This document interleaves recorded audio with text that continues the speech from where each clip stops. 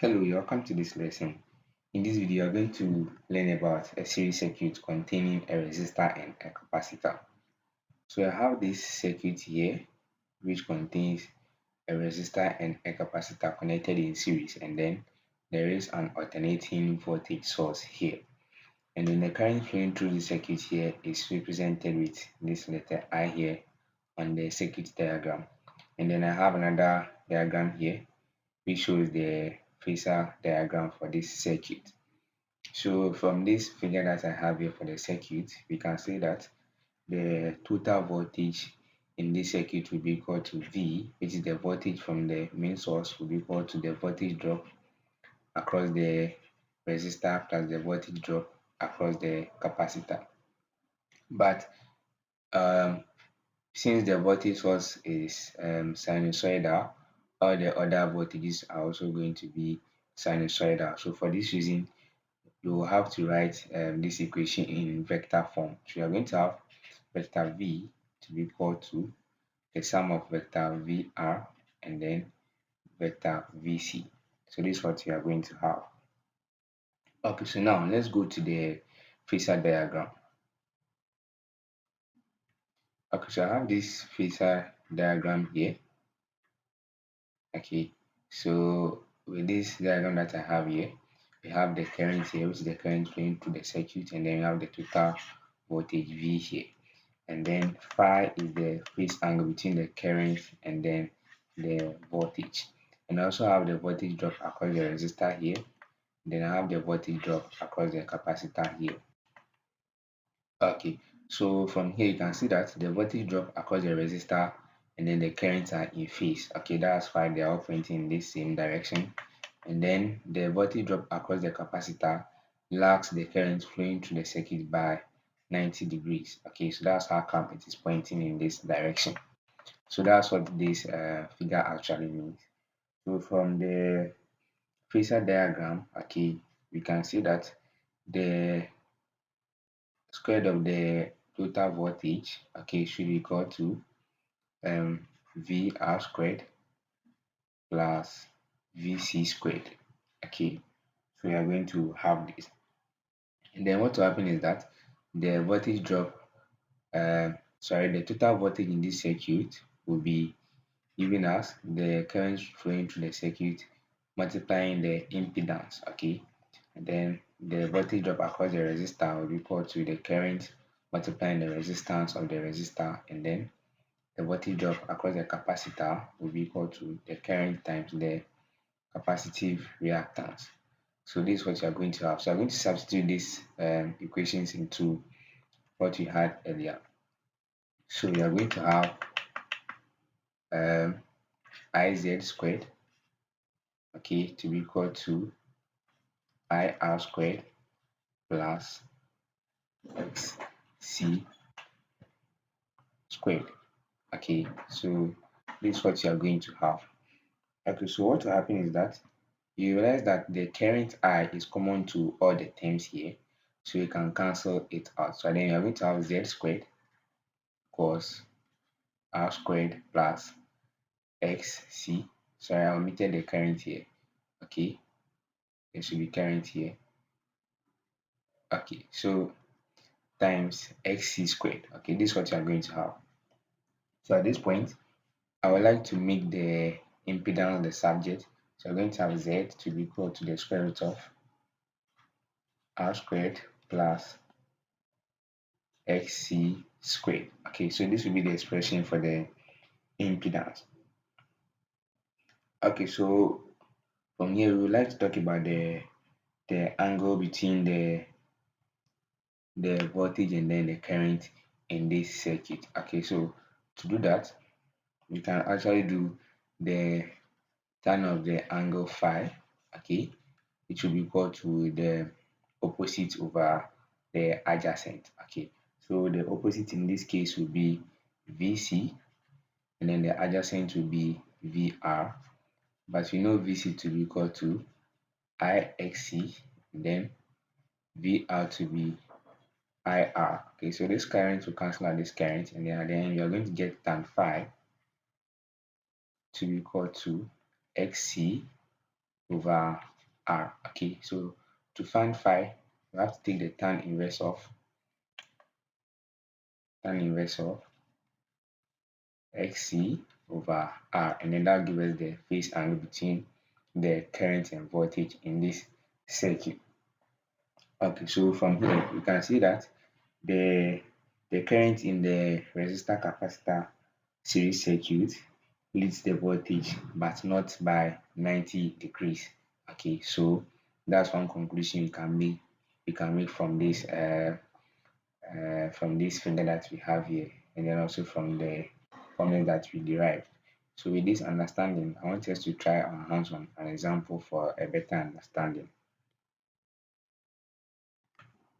Okay, so I have this question here next, which says that a metal filament lamp rated at 750 watts and 100 volts is to be connected in series with a capacitor across a 230 volt 50 hertz supply. Calculate A, the capacitance required, and then B, the phase angle between the current and then the supply voltage. So let's look at how we are going to solve this question. So what will happen is that you see that you don't actually have the question did say that maybe we have a resistor in this circuit, okay, but it gave a filament lamp, okay.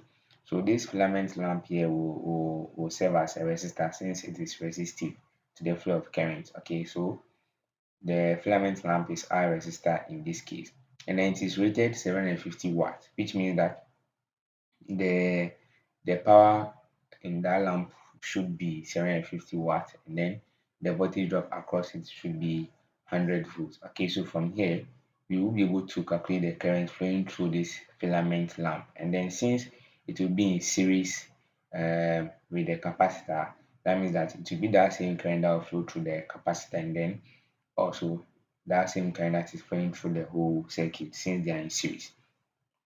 So let's look at how you're going to solve this. So you've been asked to find the capacitance, okay, and then the capacitance, we can find that using this formula, which is that the capacitive reactance, XC, equals 1 over omega C, okay, where omega equals 2 pi F. Okay, so therefore we are going to have the capacitive reactance to be 1 over 2 pi FC. Okay, so this is what you are going to have. So the frequency is given. Okay, the frequency is given, and then you want to find the capacitance, which is the C here. So for us to be able to find the capacitance, then you must know the value of what? The capacitive reactance. So our main goal now is to find the capacitive reactance. So let's look at how we are going to do this. Okay, so to find the capacitive reactance, we will first of all have to know the current flowing through this circuit, okay, and then we can do that by using the values given, the rated values for the lamp. So the actual power for the lamp is, and I'll give it as PL, which is 750 watts, and then the rated voltage too is given as 100 volts. Okay, so you know that power equals the product of current and then voltage. Okay, so I'm going to use this to find the current flowing through the circuit. So I'm going to have the current to be equal to the power divided by the voltage. So we're going to have 750 divided by 100. Okay, so let's look at what you're going to get. You're going to get the current to be 7.5 amperes. So this will be the current flowing through the entire circuit. Okay, so now we want to find the capacitive reactance so that you're able to find the capacitance. Okay, so let's look at how we are going to do this. Okay, so earlier on we learned that from the Phasor diagram, we learned that the total voltage, okay, the square of the total voltage will be equal to VR squared plus VC squared. Okay, this is what we have. So this will be equal to we're going to have, okay, I don't think I have to do that here. So let's um actually make VC the subject. Okay, since VC will be equal to IXC. Okay, so when you do that, you'll be able to find XC from this. Okay, so let's look at what is going to happen. So we are going to have VC squared to be equal to V squared minus VR squared. Okay, this is what you are going to have. And then you want to find VC, so you are going to take the square root of both sides, and then that's going to give us VC to be equal to the square root of V squared minus VR squared. Okay, and then we know all these values already. We know V, which is the total voltage, okay, in the circuit, which is 230 volts. So you can put that value here. So you're going to have 230 squared, okay, minus VR, which is the voltage across the lamp, okay, which is 100 volts. So that will be minus 100 squared. So let's simplify this and see what you're going to get. Okay, so you have the square root of 230 squared minus 100 squared. So when you do this, you're going to have 207.1 volts. Okay, so I'm going to make this VC to be 207 volt. Okay, so this will be the voltage drop across the capacitor. Okay, so now our main goal here is to find the capacitive reactance. Okay, and then we know that VC is equal to the current flowing through the circuit times the capacitive reactance. Okay, so from here you can make the capacitive reactance the subject. So you're going to have XC to be equal to the voltage across the capacitor divided by the current flowing through the circuit. And then we know the voltage flowing across the capacitor to be 207 volts, which is the value you just found. So you're going to have 207 divided by the current, which is 7.5 ampere. Okay, so this is what you're going to have. So you're going to have 207 divided by 7.5. And then this will give us a value of, this will give us 27.6. Okay, so you're going to have 27.6. Okay, so this is what you have for the capacitive reactance. Okay, so now that you know the value of the capacitive reactance, we can go ahead and find the capacitance. Okay, so let's do that. So let me take away all this.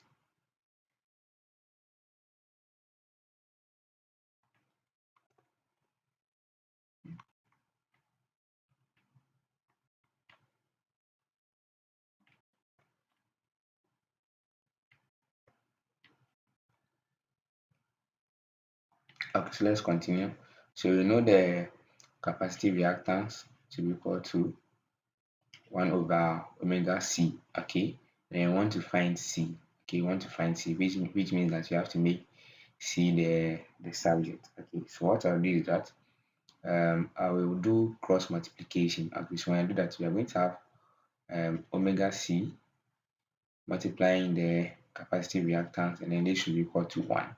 But since I want to find C, I'll divide both sides by omega xc. Okay, omega xc. So this is what you are going to have. So then you are going to have this cancelling out this, and then this also cancelling out this. So then you are going to have the capacitance to be equal to 1 over omega xc. Okay, this is what you are going to have. So now let's do the substitution. We know that omega equals 2 pi f. Okay, so you are going to have 1 over 2 pi, and then the frequency is given to be 50. So times 50 times the capacitive reactance, which is 27.6. Okay, so we have this here. So let's simplify this and see what you are going to get. So you have 1 over 2 pi times 50 times 27.6. So this gave me a value of 1.153. Okay, 153 times 10 to the power minus 4 farad. Okay, so let me just use F. So this is the value I'm going to get, but this value is actually very small. So I'm going to write it in a way that it will look a little bigger, although it is still small. So what I'll do is that I'll change this value to microfarad, okay? And I'll do this by multiplying with 10 exponent minus 6. That's if you want to change to, sorry, if you want to change to microfarad, micro is 10 to the power minus 6, okay? So to change this value to microfarad, you have to multiply by 10 to the power 6 rather. So I'm going to have the capacitance to be equal to 1.153, okay, times 10 to the power minus 4 times 10 to the power 6. So when you do this, you're actually getting the capacitance to be 1.153 times 10 to the power 2. This is what you are going to get. So let's see what you are going to get. So you're going to get 1.153 times 10 to the power 2. And then this will give us 115.3, and then we can bring the microfarad. Okay, so this will be the conversion. So if you actually want to change this back to farad, then you just have to multiply by 10 exponent what minus 6. So that's how the conversion is done. Okay, so now let's look at the last part of the question, which says that we should find the phase angle between the current and then the supply voltage. So for that one, you can use the formula tan phi. Okay, equals VC, that's the voltage across the capacitor, over the voltage across the resistor. Okay, we generated this formula earlier on, okay, before coming to solve this question. So this is what you are going to have. Okay, so I know that actually you can do it this way also. That will be equal to XC over R. Okay, but in this case, we know the value of XC, all right, but we don't know the resistance. Okay, it was not given. So what that means is that for us to be able to use this one, then we have to find R first. But there's an easy way. Okay, we can use the voltage across the capacitor and the voltage across the resistor since we know these two. Okay, so let's go ahead and do that. We know the voltage across the capacitor to be 207 volts, and then the voltage across the resistor to be 100 volts. Okay, so phi, I'm going to have phi to be equal to the tan inverse of 207 over 100. Okay, so let's do this and see what you're going to get. So the tan inverse of 207 over 100. Okay, so this gave me 64.2 degrees. So this will be the phase angle between the current and then the supply voltage for this question. Thank you very much for watching this video. Please make sure you like the video and subscribe to the channel.